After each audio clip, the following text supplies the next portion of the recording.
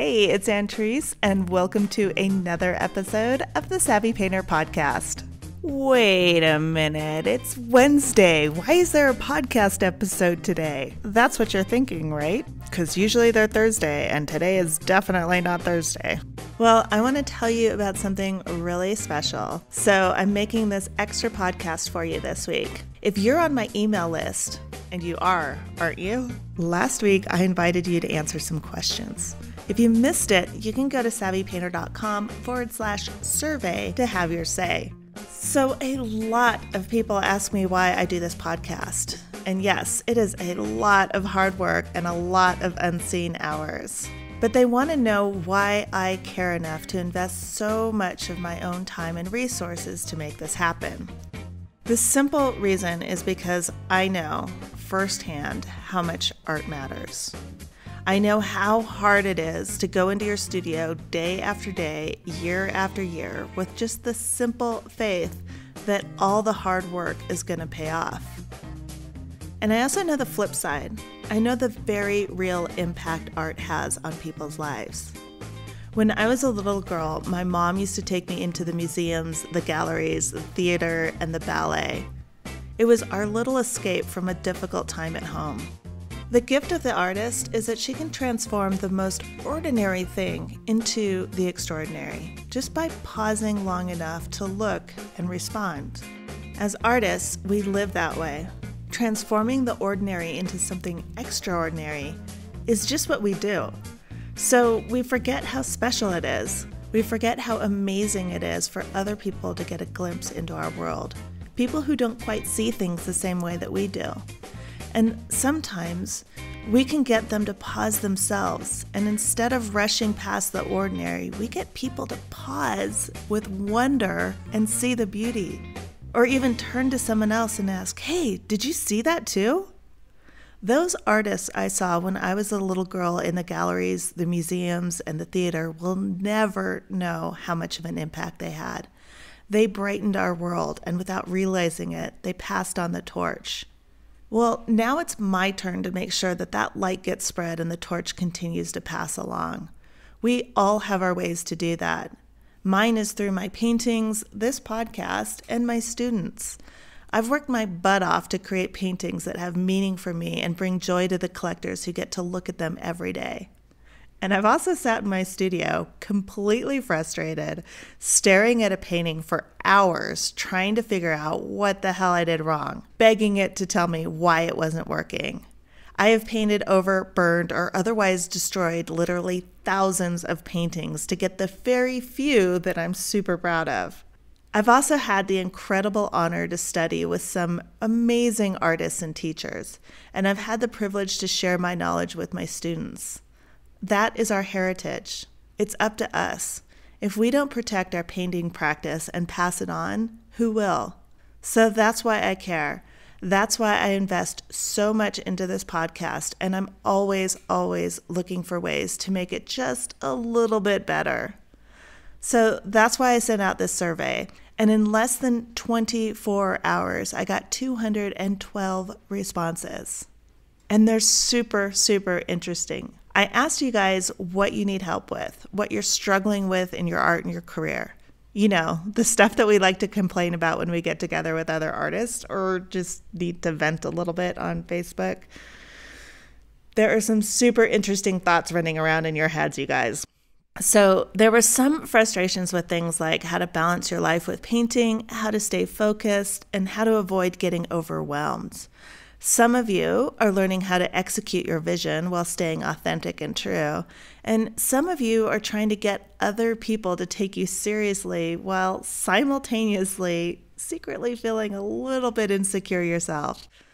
These may sound small, but they are serious issues. And they're super common.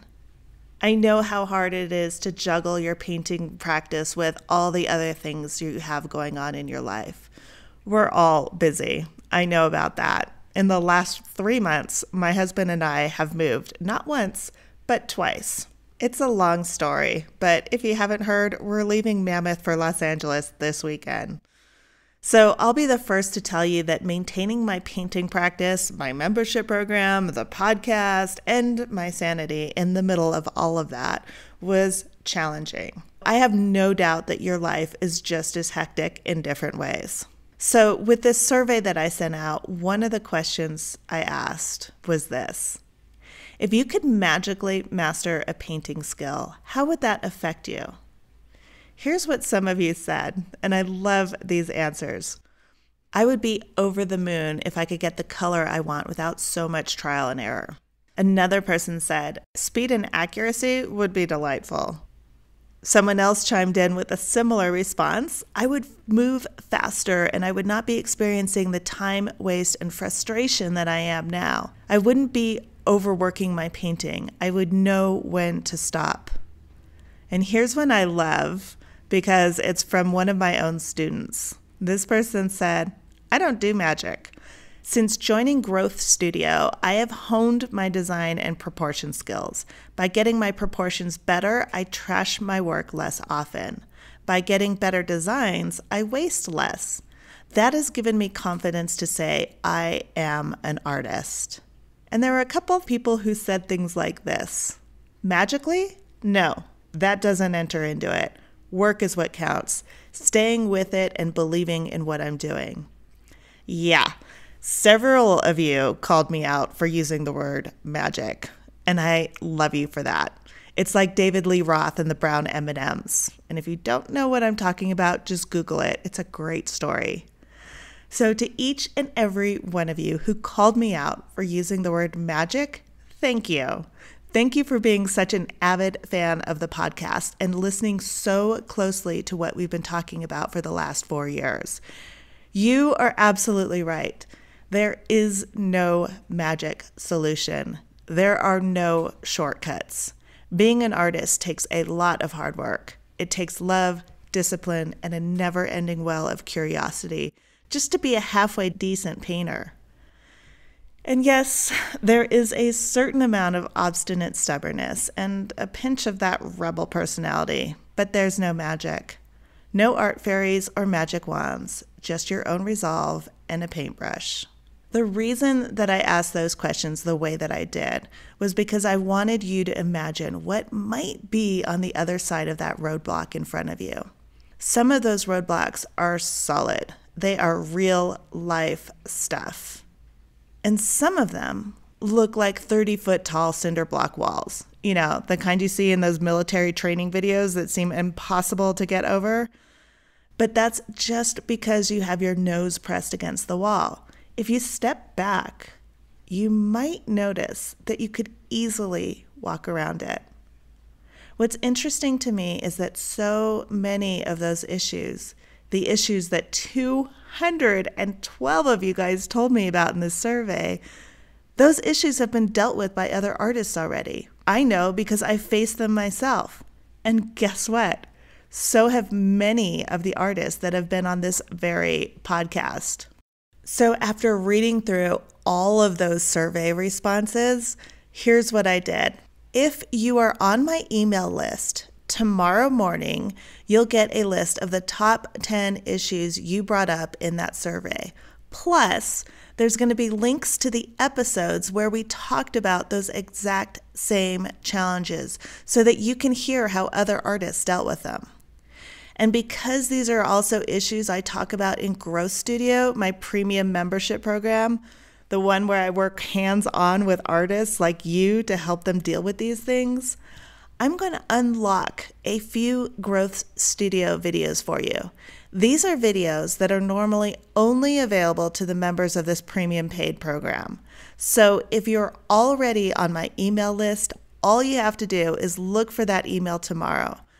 If you're not, don't worry. I don't want you to feel left out. You still have time. Just go to savvypainter.com before midnight Friday, October 19th, 2018. Sign up for the email list and you're going to be taken care of. But please, you guys, remember, this is a one-time thing. Those videos from my Growth Studio will only be available for 24 hours. No exceptions. Even if you're sick, even if you're on vacation, even if you're moving for the second time in 3 months, I know, we're all busy, but a deadline is a deadline. If you missed that window, those special videos from my Growth Studio program will be gone. But you could still get the free stuff. A list of the top 10 issues you brought up in the survey, plus links to the episodes where we talked about those challenges so that you can listen in on how other artists tackle them. But again, I have to say it because I don't want to get a ton of emails about it. Access to those premium videos that are only available in my pay-for-membership program, Growth Studio, are only available for 24 hours. So tomorrow, on Thursday, we're going to have a regular episode with the artist Nicholas Uribe. And if you're on my email list, just look for that list tomorrow with all of those great resources and the unlocked videos from Growth Studio. If you're not, on Friday, October 19th at exactly 11:59 p.m. Pacific time, they will disappear. Poof. Like magic.